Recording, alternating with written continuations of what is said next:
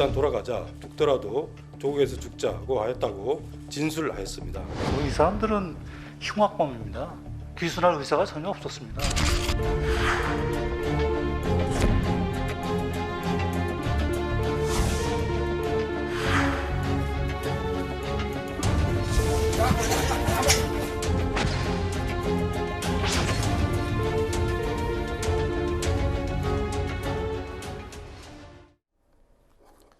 자, 탈북어민 북송 사건에 대한 진실 공방 연일 뜨겁습니다. 당시 국가안보실장이었던 정의용 전 국가안보실장은 지난 17일 내놓은 입장문에서 탈북어민 북송 결정은 여러 부처가 협의해서 법에 따라 결정하고 처리한 사안이다라고 말했죠. 그런데 이제 와서 관련 부처들을 총동원해서 번복하는 것은 스스로 정부 체제를 무너뜨리는 것이라면서 현재 정부를 비판하기도 했습니다.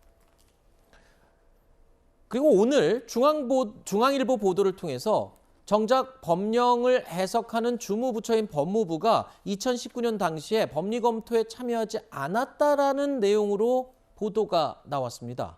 자, 법무부는요, 해당 보도에 대해서 조금 전에 반박 입장을 발표했습니다. 탈북어민 북송과 관련한 법리 검토를 진행했다라고 명백하게 밝혔는데요. 그러면서 당시 검토한 내용도 함께 자료로 공개를 했습니다. 그 내용을 보면 정부의 북송 결정과는 배치된 내용이었어요. 물론 이제 중앙일보 보도 내용 검토를 전혀 안 했다라는 내용은 사실이 아닌 걸로 이제 확인이 됐지만 그 검토한 내용들을 조목조목 읽어보니까 당시의 정부 입장과는 조금 배치되는 부분이 있는 것 같습니다. 그렇죠. 지금 정의용 전 국가안보실장 말로는 법적인 검토를 한 끝에 그런 결정, 강제 그렇죠. 북송을 결정했다. 이렇게 얘기했는데 지금 법무부는 검토한 건 맞지만은 강제 출국에 대해서는 법적 근거가 없다라는 거 아닙니까? 그렇죠. 내용상으로는. 그렇죠. 그러니까 지금 법무부에 따르면은 사실 당시의 강제 북송은 그야말로 강제 북송이었다라는 네. 겁니다. 이게 핵심이에요. 근데 지금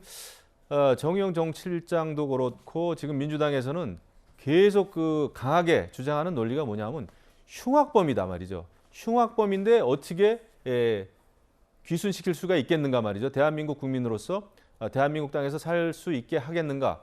이렇게 계속 들고 나오는데 네. 흉악범인지 아닌지 여부 자체는 법정에서 가려질 문제입니다. 그거를 안 한 거예요. 조사와 수사와 판결을 안 한 겁니다. 그리고 그냥 북쪽 얘기 듣고 또 SI의 여러 가지 그 단편적인 첩보, 모자이크 같은 그런 단편적인 첩보에 근거해가지고 그냥 강제 북송을 시켜버린 거예요. 비밀리에 시키려다가 들통이 난 거죠. 네.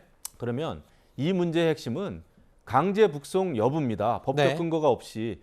왜냐하면 세계 인권 단체들도 그렇고요. 뭐 영국, 미국 의회에서도 지금 비판하는 것은 흉악범 이게 지금 핵심의 본질이 아닙니다. 본질이 아니에요. 강제 북송 시킨 것이 반인권적인 것이다. 네. 이 얘기입니다. 알겠습니다.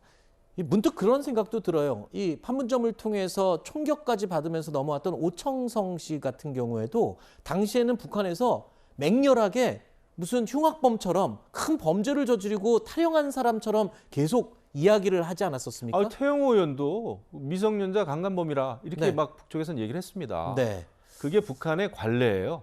일단 그 탈북자 있으면은 거의 그냥 그 흉악범으로 취급을 하죠. 자, 그리고 오늘 법무부가 내놓은 입장문을 자세히 살펴보니까요. 눈에 띄는 점이 하나 더 있었습니다. 청와대로부터 법리 검토 요청을 받았다는 날짜가 지난 2019년 11월 7일 정오 무렵이라고 자료에는 쓰여 있었습니다. 그런데 따져보니까요. 이날은 바로 탈북 어민들이 북송됐던 바로 당일이었습니다. 그렇다면 11월 7일 오후에 북송이 된 것으로 기준으로 본다면 아마 그 문자, JSA의 중령이 보냈던 문자에 찍힌 시간이 3시 정도로 제가 기억을 하거든요. 그렇다면 북송이 이루어지기 불과 2-3시간 전에 법무부에 검토를 하라고 요청을 했다는 건데 그게 바로 지금 김영우 의원이 지적하는 너무 성급하게 검토도 없이 그냥 사사삭 진행한 거 아니냐를 지적하는 부분에 또 해당될 수 있거든요. 불과 2-3시간 전에 법리 검토를 하고 2-3시간 후에 북송회를 해버렸고. 근데 이제 그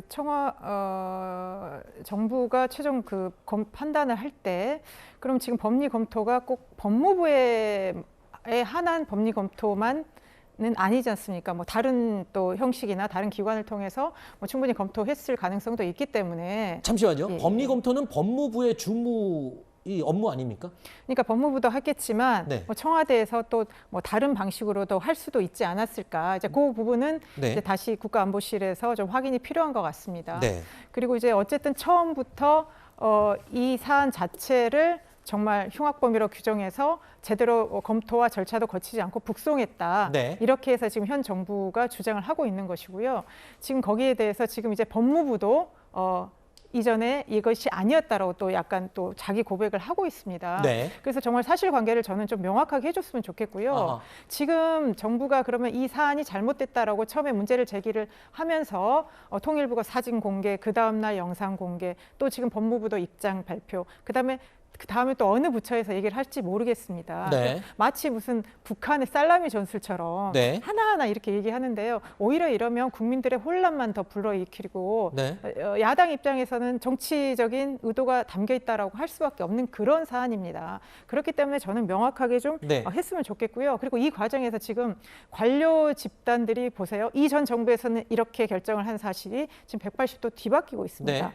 그러면 앞으로 5년 동안 윤석열 정부에서 정부가 과연 내각이 윤석열 대통령이 그 후보 때 얘기한 것처럼 내각 중심의 그 정부 운영이 전혀 되지 않습니다. 알겠습니다. 네, 여기서 굉장히 중요한 말이 하나 있어요. 그 전화 메시지 네. 아랫부분에 뭐라고 돼 있냐면은 송환과 관련해서 국정원과 통일부의 입장이 정리되지 않아 오전 중에 검토할 예정입니다라는 중요한 문구가 있는데 그걸 잘 비추질 않는데요. 네. 그 정도로 당일날까지도 국정원하고 통일부가 이 송환에 대해서 입장이 달랐다는 겁니다. 그렇죠. 결국은 국가안보실이 주도했다고 보는 거예요. 그래서 이 사안에 대해서는 굉장히 강제 북송이 어설프게 빨리 이루어졌구나. 네. 관계 기관 간의 입장 정리도 안 된 채 네. 보낸 게 드러난 겁니다. 얼마 전에 채널A에서 단독으로 보도했던 내용도 이런 내용이 있었죠. 이 당시에 이런 류의 사건들에 대해서 매뉴얼을 만들기 위해서 2번이나 각 정부 부처들이 모였었는데 이견이 너무 심해서 결국에는 결론을 내리지 못하고 2번이나 모였지만 결국에 매뉴얼조차 만들지 못했다. 방금 말씀하신 대로 그만큼 의견이 분분했던 일임에도 불구하고 강제 북송으로 이 당시 정부가 너무 빨리 결정을 한 게 아니냐. 이 논란이 지금 계속 이어지고 있는 부분입니다.